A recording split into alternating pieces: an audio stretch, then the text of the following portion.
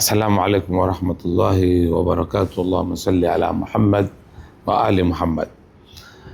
Leo tutazungumza kuhusu uongozi halisi na athari zake.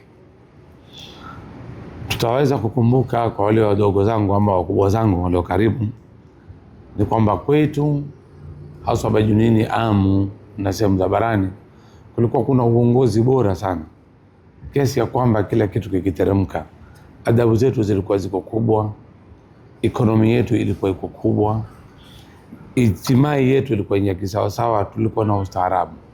Baada ya muda tumeanza kupoteza vitu kama hivi, kiasi ya kwamba tumeweza kupata athari ambazo athari mbovu. Kwa leo nitajaribu kuzungumza athari 2 ama 3 ambazo zinazoendelea ama kutukia kwa sababu ya kukosa uongozi. Moja katika athari ambayo inaotupata hivi sasa ni ya kisiasa. Tumekuwa hatuwezi kukaa pamoja na tukakubaliana vipi tunaweza kwenda kisiasa, bila kujali mirengo, bila kujali kabila, bila kujali dini.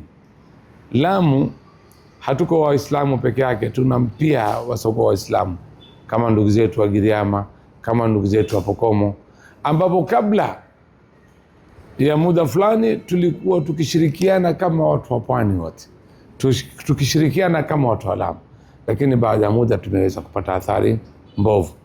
Athari ya kwanza ambayo imeweza kutuathiri sana ni masala ya kisiasa. Tumekuwa hatuwezi kutagua yule tunayemtaka, hata kama anatoka sehemu hatuitaki, pia anapotoka kule watoka ambao hafai. Kwa hivyo tumeweza kusumbuka karibu miaka sasa 20 inayokuja. Tumekosa vitu vyetu wote, ni kutokana na sababu ambazo kukosekana uongozi halisi. Pili, jambo ambalo limetuathiri sana ni kukosa adabu na amani yetu wenyewe. Sehemu nyingi za kwetu sisi zimekuwa watu waweza kupigana wenyewe kwenyewe wakauana, watu waweza kutiliana sumu, watu waweza kuchomeana nyumba, watu waweza kuibiana, na ni sisi kwa sisi, si wengine. Hii yote pia imeweza kuchangiwa na ukosefu wa uongozi halisi. Jambo lingine pia ambalo limeweza kukosekana uongozi halisi ni kukosekana uchumi wetu kuweza kudorora, kuteremka chini. Yote hii ni kukosekana leadership.